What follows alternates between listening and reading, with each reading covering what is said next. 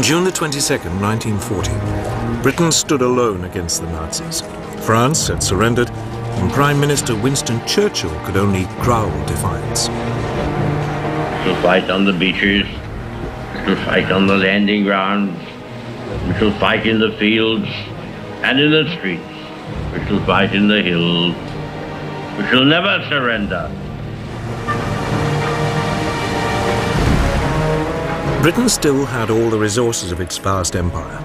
Canada, Australia, New Zealand, South Africa, India, and a host of other territories had all been quick to declare war on Germany. But they were thousands of miles away, across the oceans, and their military power could not be brought to bear where it mattered. Britain's situation seemed hopeless, and Hitler had no doubt that Britain would soon try to negotiate a peace. But Churchill quickly showed how determined he was prepared to be in the war against the Nazis.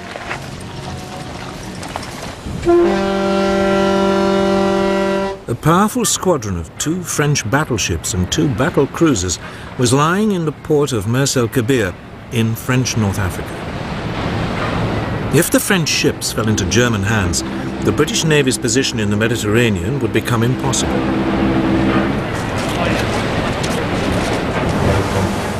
So on July the 3rd, a Royal Navy task force demanded that the French ships either join it or sail to a neutral port to be interned. The French refused.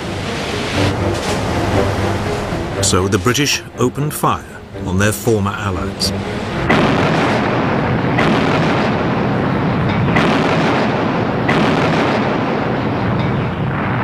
They destroyed or severely damaged 3 of the battleships. Almost 1,300 French sailors were killed. But Churchill's ruthlessness didn't seem to impress Hitler. On July the 19th, he returned in triumph to Berlin and was greeted by more than 1 million people. That day, he made a speech in the Reichstag, the German parliament, offering peace terms to Britain. His offer seemed generous. Britain could keep its empire. In return, Hitler wanted a free hand in Europe. His plan was to conquer the countries of the East in order to win Lebensraum, room to live, for the German people. But Churchill would have none of it. The British would fight on. This would, as he put it, be their finest hour.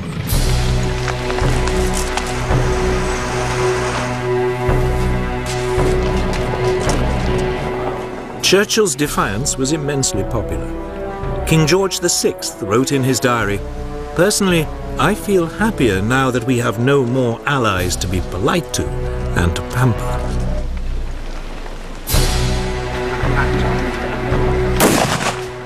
But it was difficult to see how Britain could ever turn the tables and actually win the war. The British Army might have survived Dunkirk, but it had lost almost all its tanks, artillery, and transport in the evacuation. It had just 25 divisions armed mainly with rifles to resist the vast armored columns of the world's most fearsome war machine. So there was little to be done except dig in and wait. Coastal defences were prepared and concrete strongpoints built all across southern England. Signposts on roads were removed to make it harder for any invaders to find their way around. Large open areas were littered with obstacles to deter airborne troops. A volunteer defence force, the Home Guard, was recruited. It was made up of men who were otherwise ineligible to fight, often because of their age.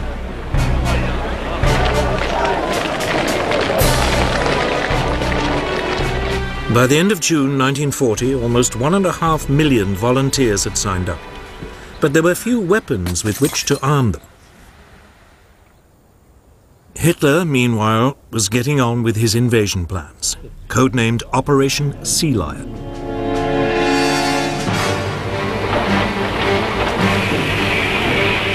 Some 20 divisions would be landed on a broad front along England's south coast.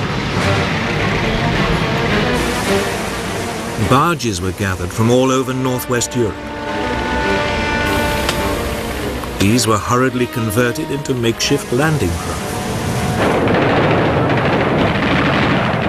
Troops were trained for beach landings.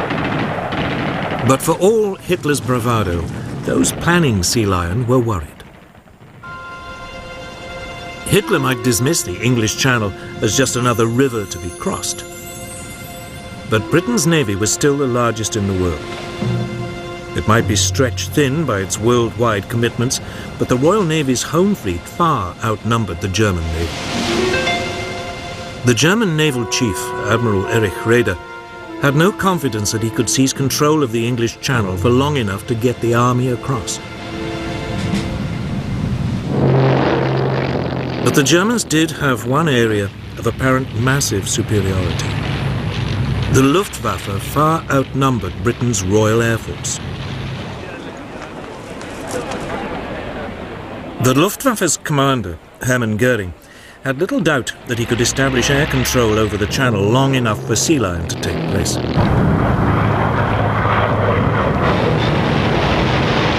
On July the 10th, the Luftwaffe began attacking shipping in the Channel.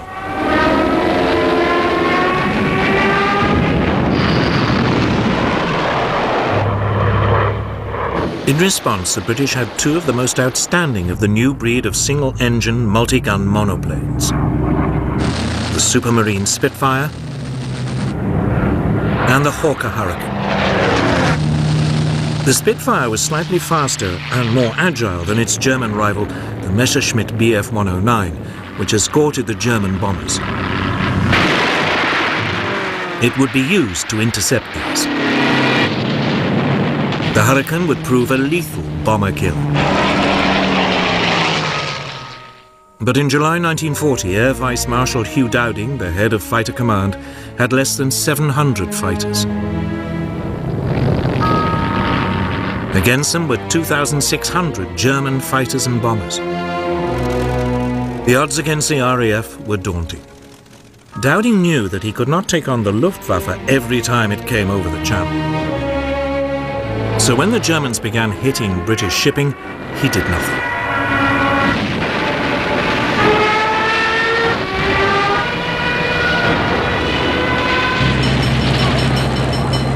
Instead, he would only use the RAF to stop the Luftwaffe from establishing the air supremacy needed for invasion.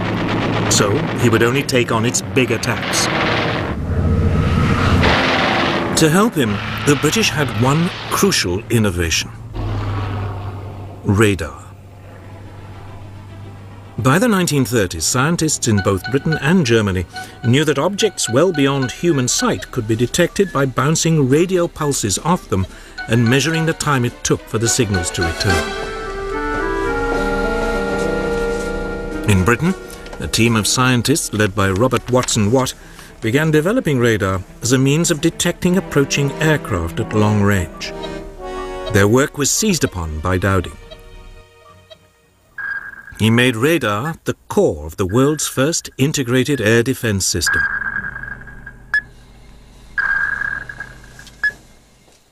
Known as Chain Home, this was a string of 21 300-foot-tall radar masts sited along the south and east coasts of Britain. These could pick up aircraft at a range of 120 miles and give their distance, direction, height, and numbers. The information would be passed back to RAF Fighter Command's headquarters at Bentley Priory, just outside London. There, it would be assessed, and warning of an impending raid passed to Fighter Command's operations room. Moonshine 1-4, Sky Blue, take target 1, channel G George. Controllers would then alert the nearest RAF airfields and scramble the necessary number of fighters. The question was, would radar make up for Germany's massive superiority in numbers? The stage was now set for what would become known as the Battle of Britain.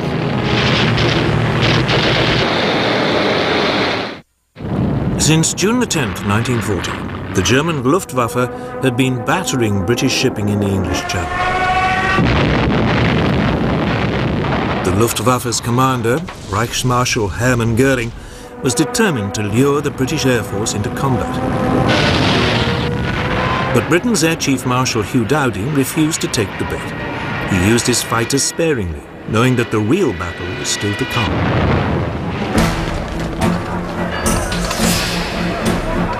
As this first phase of the Battle of Britain began, the Luftwaffe had a massive superiority in numbers.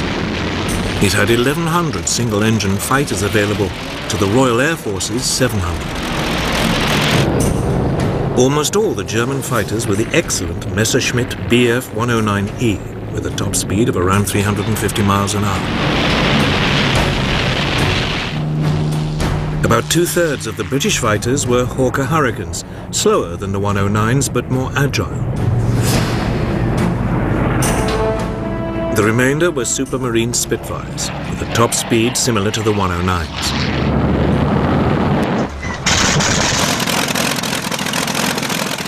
For their assault, the Germans had over 1,300 medium bombers, Dornier Do-17s, Heinkel HE-111s and Junkers Ju-88s, each carrying about 4,000 pounds of bombs.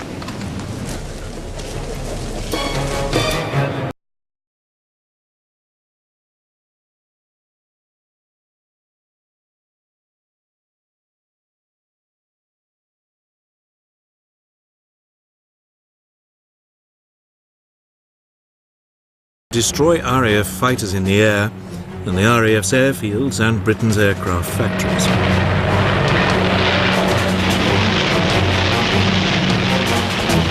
Softening up attacks were made the day before.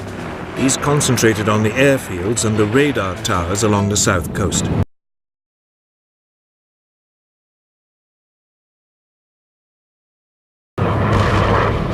One station on the Isle of Wight was put out of action, and several were damaged, but these were working again within hours.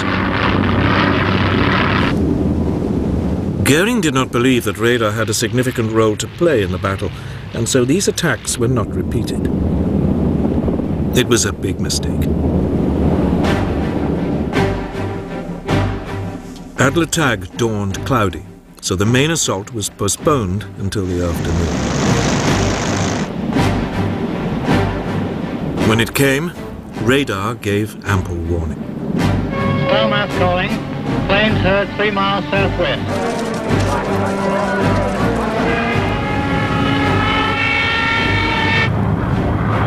Nonetheless, most of the RAF airfields in the south were hammered.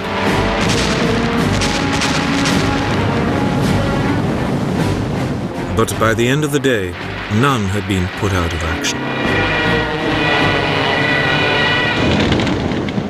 The Luftwaffe lost 46 aircraft. Britain, just 13.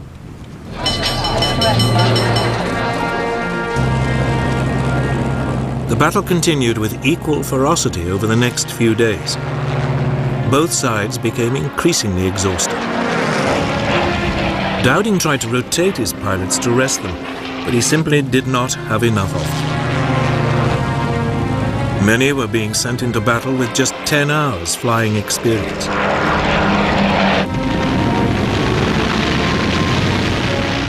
The Luftwaffe was suffering too. Its pilots were shocked and increasingly demoralized by the resilience of the British. The RAF fighters always seemed to be waiting for them.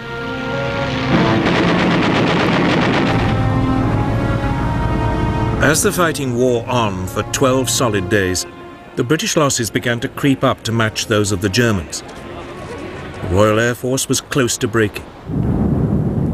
To turn the screw, Göring began using his bombers to attack at night as well.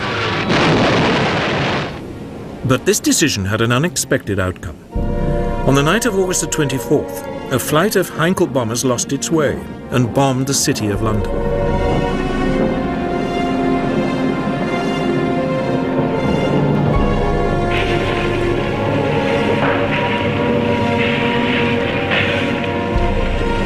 It was the first attack on a non-military target. The next night, 81 British bombers responded by raiding Berlin.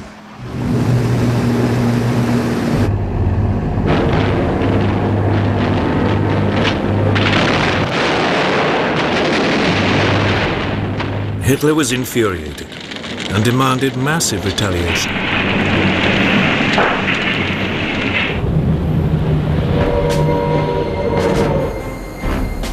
This came on the evening of September the 7th. German bombers attacked the London docks and surrounding areas. More than 450 people died and thousands of homes were destroyed. But in fact, this was Goering's second crucial mistake. By switching from the RAF's airfields just at the moment when it seemed about to break, he gave it the respite it needed. Had Goering continued to attack the airfields, the RAF could not have continued to defend the skies.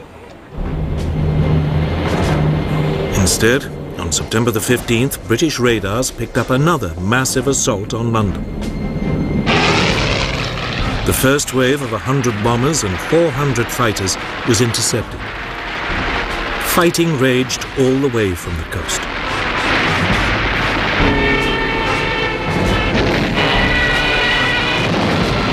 In the afternoon, another fleet of 150 bombers renewed the attack. Winston Churchill was at Fighter Command headquarters that day. After he heard controllers calling in reinforcements from neighboring groups, he asked, "What other reserves have we got?" The reply was, "There are none."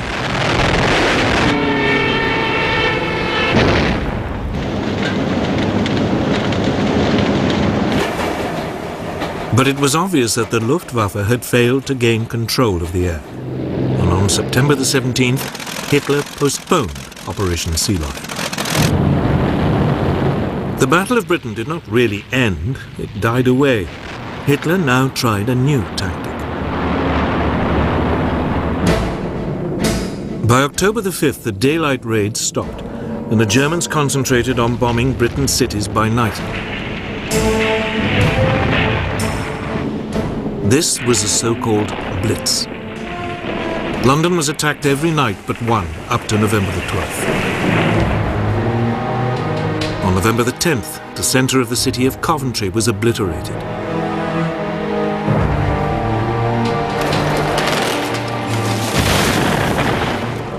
The Blitz continued into 1941, with the last major raid being made on London on the night of May the 10th. More than 50,000 civilians were killed in the Blitz, but there was never any question of Britain cracking.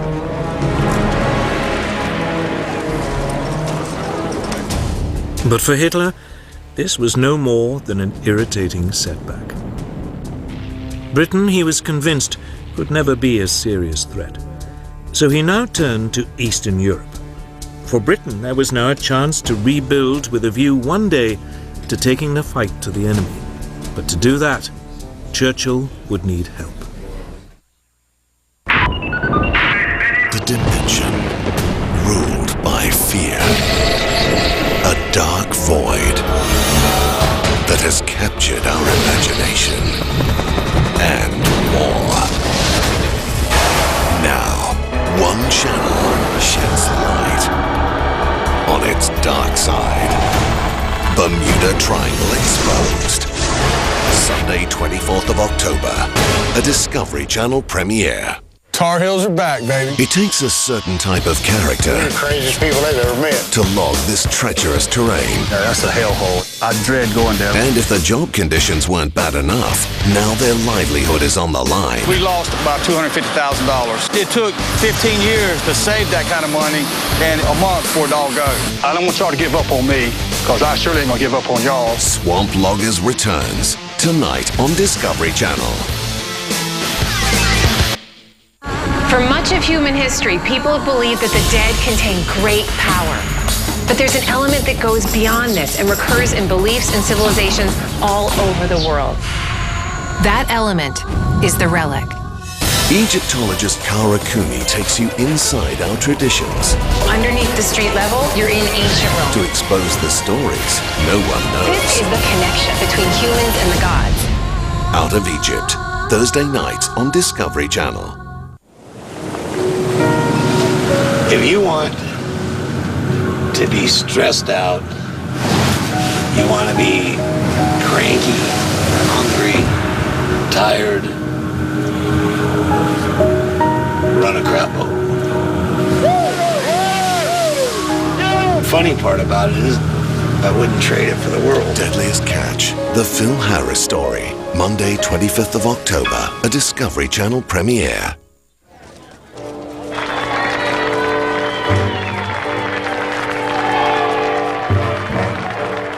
Britain may have won the Battle of Britain, but it was still immensely vulnerable.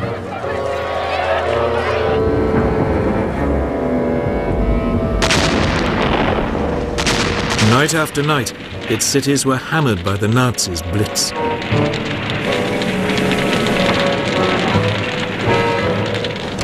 Its supply lifelines at sea were under constant assault. Churchill needed more help. And there was only one country that could provide it: the United States.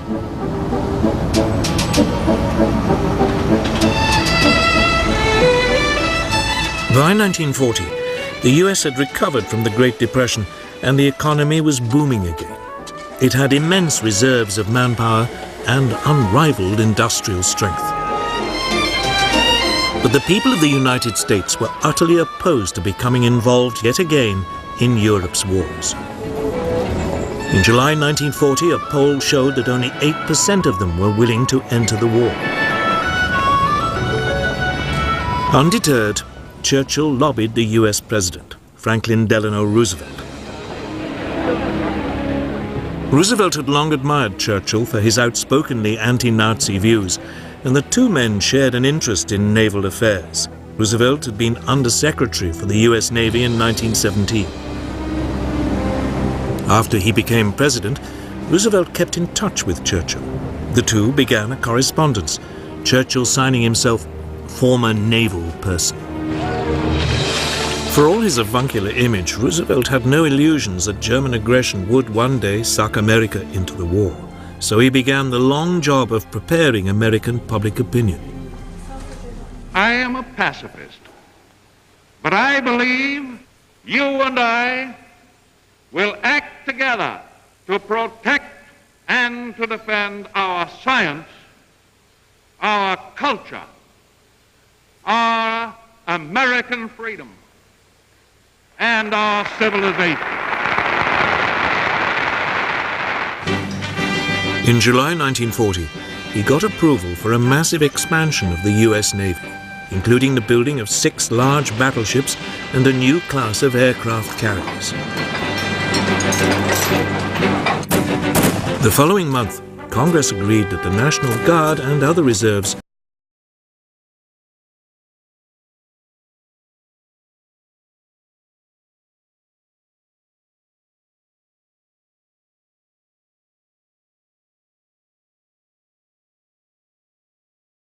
The first number drawn by the Secretary of War is serial number 158.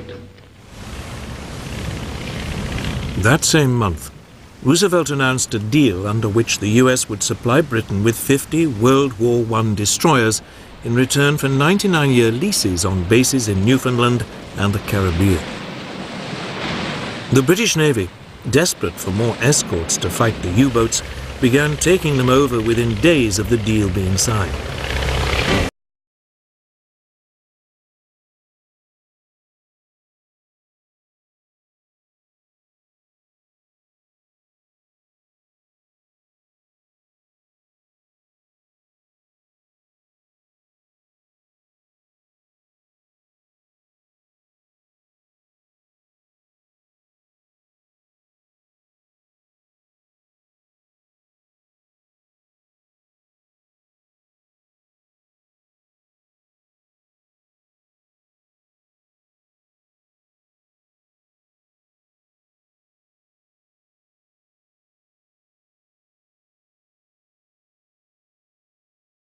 it must arm Britain. We shall send you in ever-increasing numbers, ships, planes, tanks, guns. That is our purpose and our pledge. But some Americans remained implacably opposed to helping Britain. One of the most outspoken was the American ambassador in London, Joseph Kennedy, father of the future President John F. Kennedy. A Boston Irish businessman who had made his fortune booze smuggling during Prohibition, Kennedy hated the British and seized every opportunity to claim that they would shortly be forced to surrender.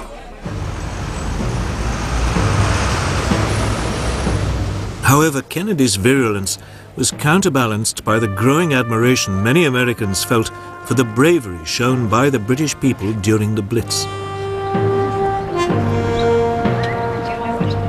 In particular, the broadcasts by the CBS London correspondent Ed Murrow helped to change public opinion.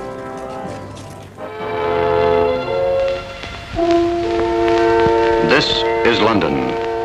I remember the evening of Sunday, December 29th. It was just like any other winter evening. The first bombers were over London at about 6:30.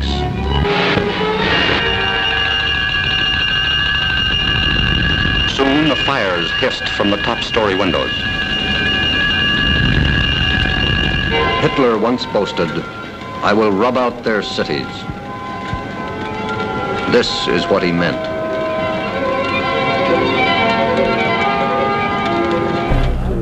Encouraged by his electoral success, in January 1941, Roosevelt introduced his so-called Lend-Lease Bill.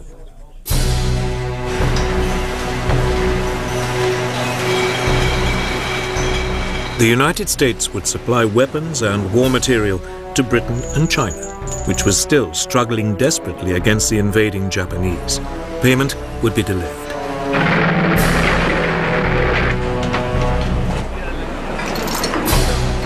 Roosevelt likened Lend-Lease to lending a neighbor a hose to put out a fire. He would worry about the payback later. Roosevelt was also being canny.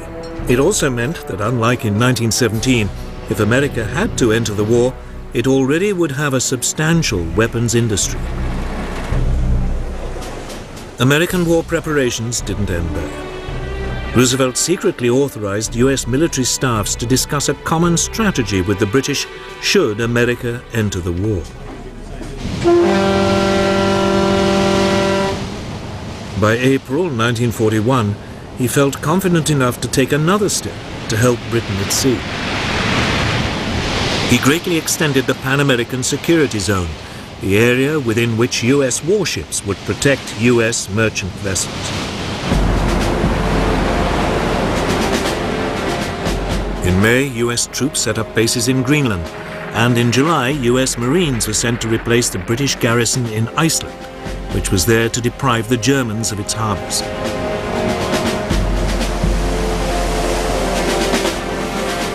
The U.S. Navy also began providing limited convoy escorts, particularly for U.S. ships carrying Lend-Lease materials.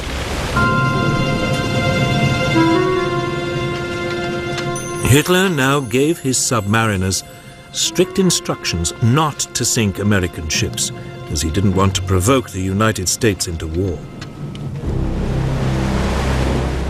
But inevitably, there were clashes. On September the 4th, 1941, a British aircraft attacked a German submarine. Thinking that the strike had come from the nearby U.S. destroyer Greer, the U-boat fired a torpedo at it. The Greer responded with depth charges, and there was a running battle which lasted 3 hours.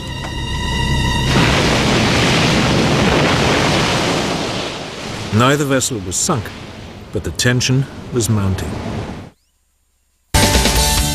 For centuries, botanical extracts have been used to aid human health and longevity. Today, Unhua has secured the world's first patent technology in plant stem cell isolation and culture. Its name is Dobiol. Unhua is commercializing Dobiol in the nutrient, cosmetic and pharmaceutical industries. Through the usage of Dobiol, Unhua is striving to enhance the health and lives of people worldwide. Now, the world can benefit from Unhua's pioneering technology. We're moving in slow motion. The water's clear. Trees sparkle along the ocean as we disappear. These perfect moments every time. Deadliest Catch, tonight on Discovery Channel. There's a new survival expert, Michael Hawke. He's chased adventures to the four corners of the world. That's going to be my spear. His wife, Ruth. Breakfast shouldn't do that. Not so much. I hate snakes. They're taking their marriage to extremes. They're all wrong. Look what you're doing. Giving new meaning to surviving a relationship. Oh, that's disgusting. Is it cooked? Yeah. Eat it. A new series, Man, Woman, Wild. Tomorrow night on Discovery Channel.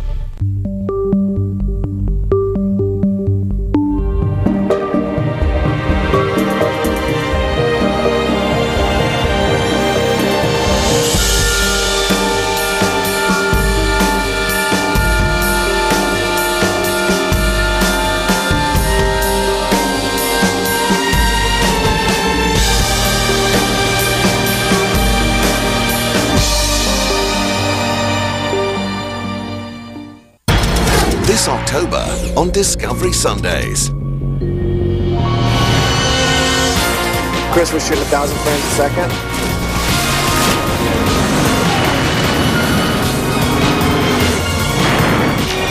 Not one aircraft, not one vessel has ever left.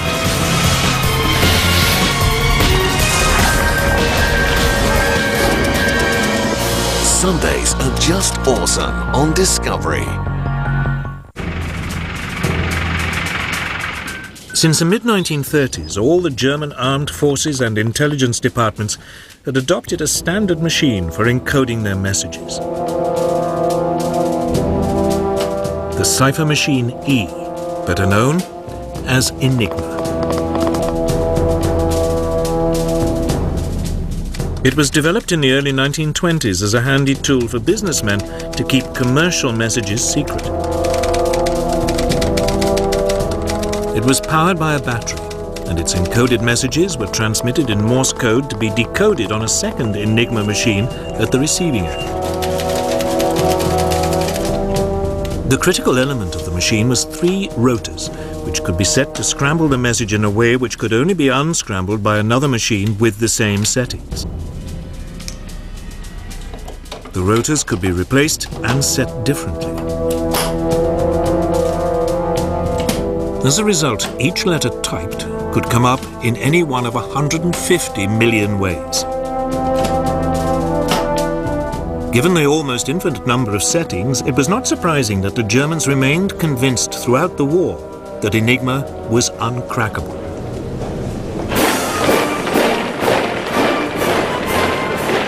It was the Poles who took the first steps in solving this baffling puzzle.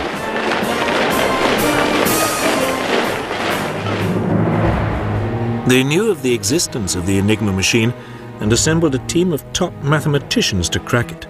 Marian Rejewski, Jerzy Rojicki, and Henry Zygalski. But the team could not decipher messages without knowing the internal wiring of the rotors. The solution was supplied by French intelligence, which sent its Polish allies material gathered by a spy in the German army's cipher department. Amongst this was an Enigma manual.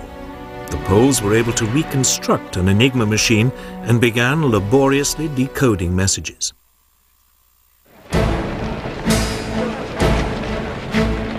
By July 1939, Hitler was sounding increasingly threatening towards Poland. Britain and France had promised to come to its aid.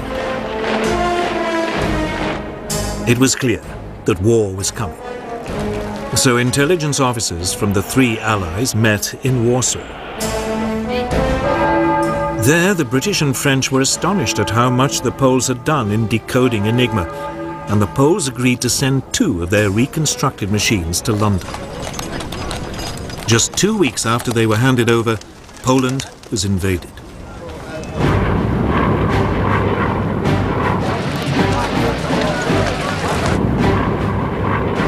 By the time Poland fell to the Germans, the Polish cryptographers had destroyed all evidence of their work on Enigma. Some were captured and tortured, but none revealed what they'd been up to.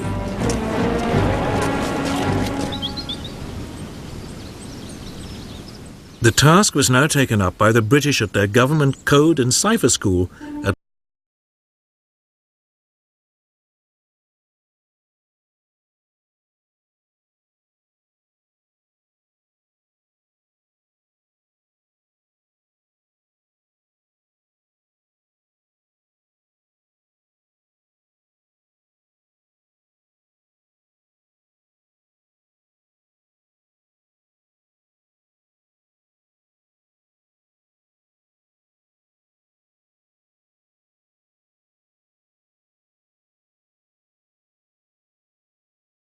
He used his ideas to design decryption machines known as bronze goddesses. The raw material for Bletchley came from the British Y service, a chain of radio listening stations which monitored and recorded German transmissions.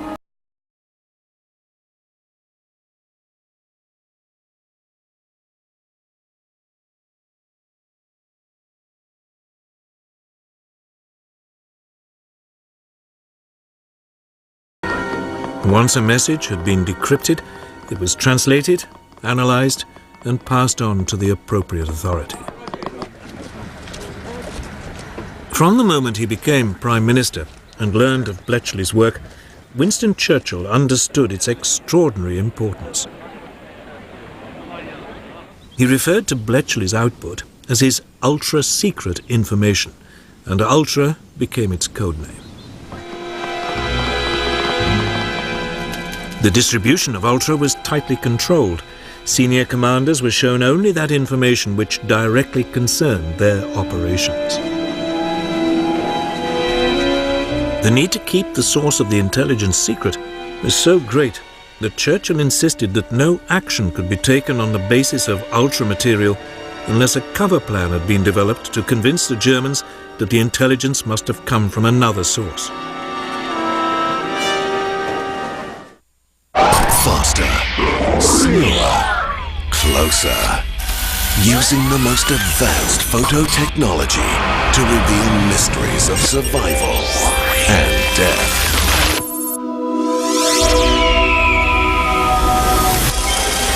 Witness the beauty and brutality of nature at the speed of life. A new series premieres Tuesday, 26th of October on Discovery Channel. When disaster strikes,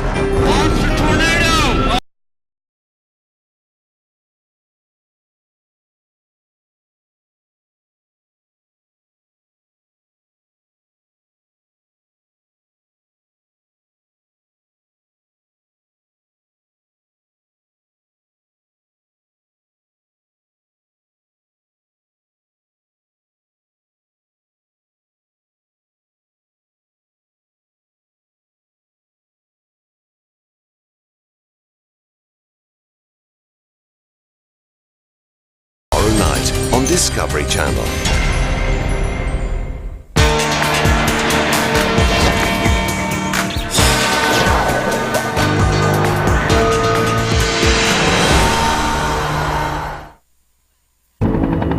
They are contenders in a contest where to win they need to instill fear.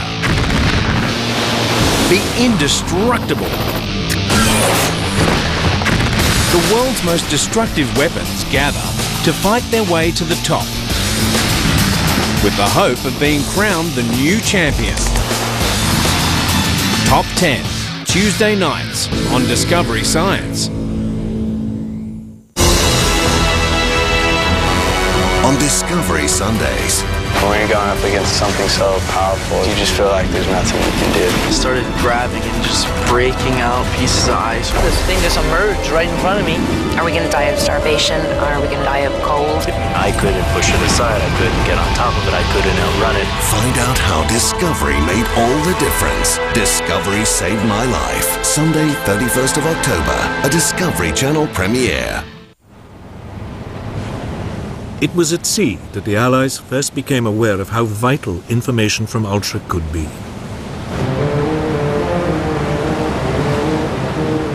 An early example of its potential came on June the 8th, 1940. The British aircraft carrier Glorious was covering the convoys withdrawing Allied troops from Norway when Bletchley decoded signals showing the German battlecruisers Scharnhorst and Gneisenau were approaching its position. A warning was passed to Royal Navy headquarters, but unaware of how accurate the information was likely to be, this chose not to pass it on.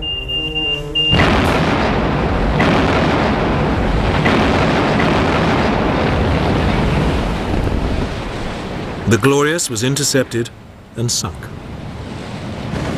The British Navy had learned the hard way just how important the new source of intelligence could be. It was not a mistake it would make again.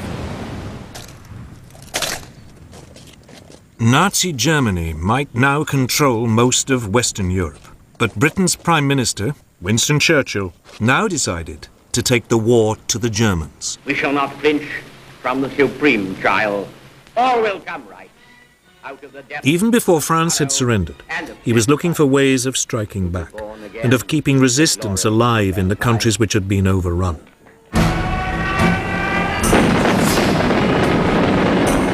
Just as the last troops were being taken off the beaches of Dunkirk, Churchill was already planning ahead.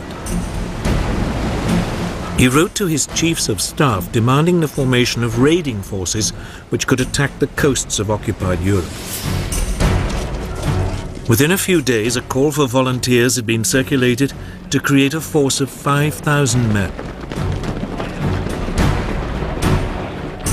They were to be called commandos, after the highly mobile Boer units which had fought the British for 3 years in South Africa at the turn of the century. 10 commando units, each of 500 men, were set up. They began practicing attacks from the sea.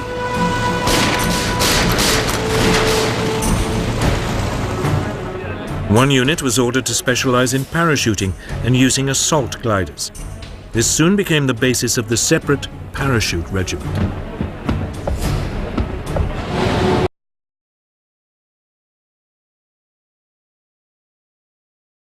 And the demolition squad were landed on the Lofoten.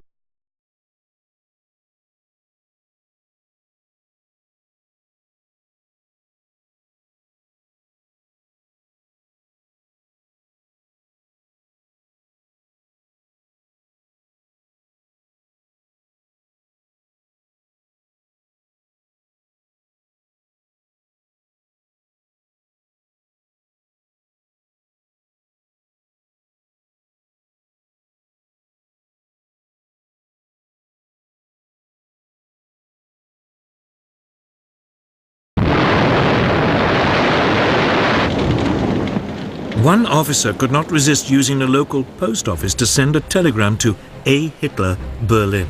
It read, "Reference your last speech. I thought you said that wherever British troops land on the continent of Europe, German soldiers will face them. Well, where are they?" The commandos then rounded up 60 Norwegian collaborators and 225 German prisoners before returning without any losses. With them, they also took 115 Norwegian volunteers. These would then join the Free Norwegian Forces in Britain.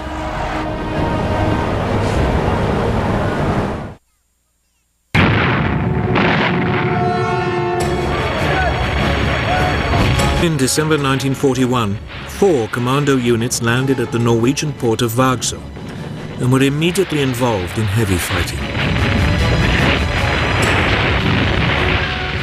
The approach to Vagsø was covered by the small island of Malø. on which the Germans had placed artillery.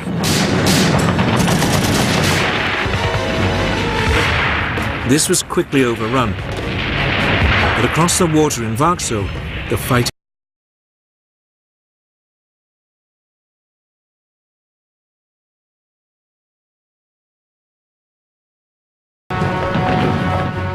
It took several hours for the main German garrison to be subdued.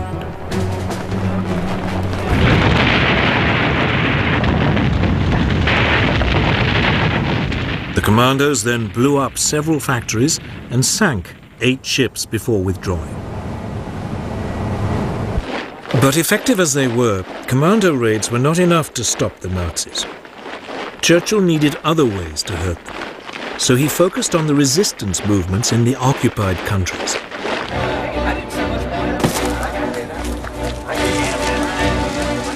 In July 1940, a Special Operations Executive, SOE, was formed, as Churchill put it, to set Europe ablaze. Its objectives were to encourage sabotage of the enemy war effort, gather intelligence and prepare clandestine forces to disrupt German defenses.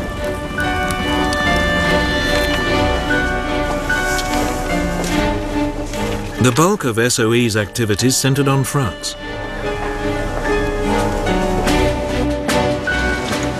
Soon agents were recruited in Britain to build up and coordinate the French resistance networks. Radio operators and couriers were also trained to support them.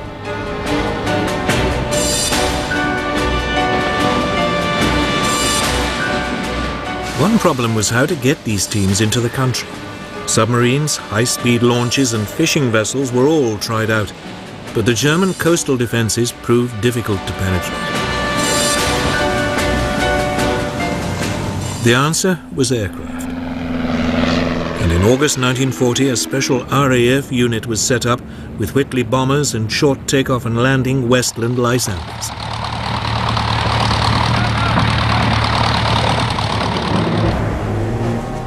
Agents and equipment were either parachuted in from the bombers or flown in and brought out by the Lysanders.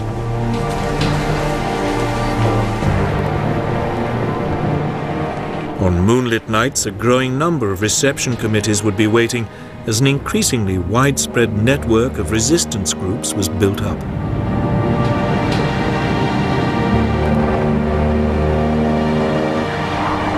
But all the while, they were hunted by an increasingly sophisticated German counter-espionage system. This used direction-finding equipment to locate hidden radios and double agents to infiltrate networks. The work of SOE agents was desperately perilous, and their life expectancy short. The slightest lapse in concentration might betray them to the Gestapo. Many suffered torture and death. But Churchill was sure it was worth it. Keeping resistance alive in the occupied countries gave hope to millions that liberation would eventually come.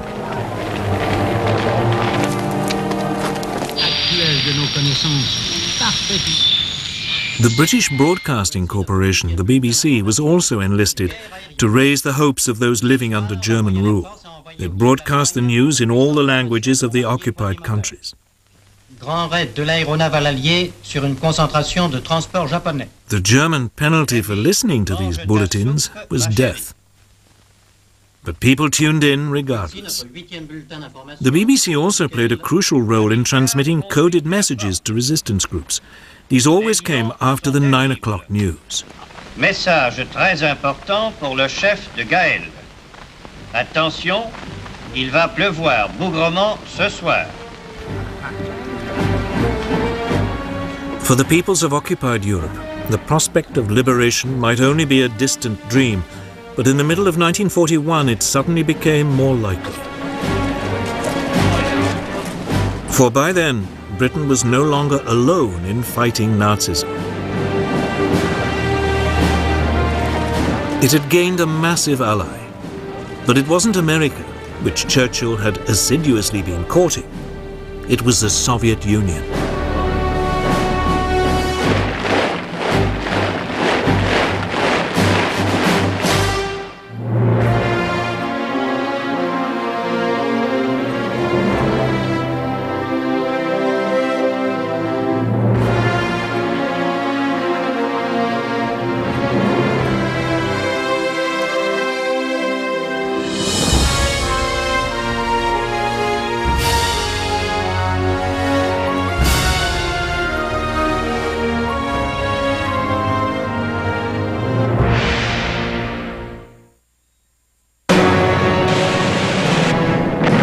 experience World War II to learn the heroic truth behind the Allies' triumph.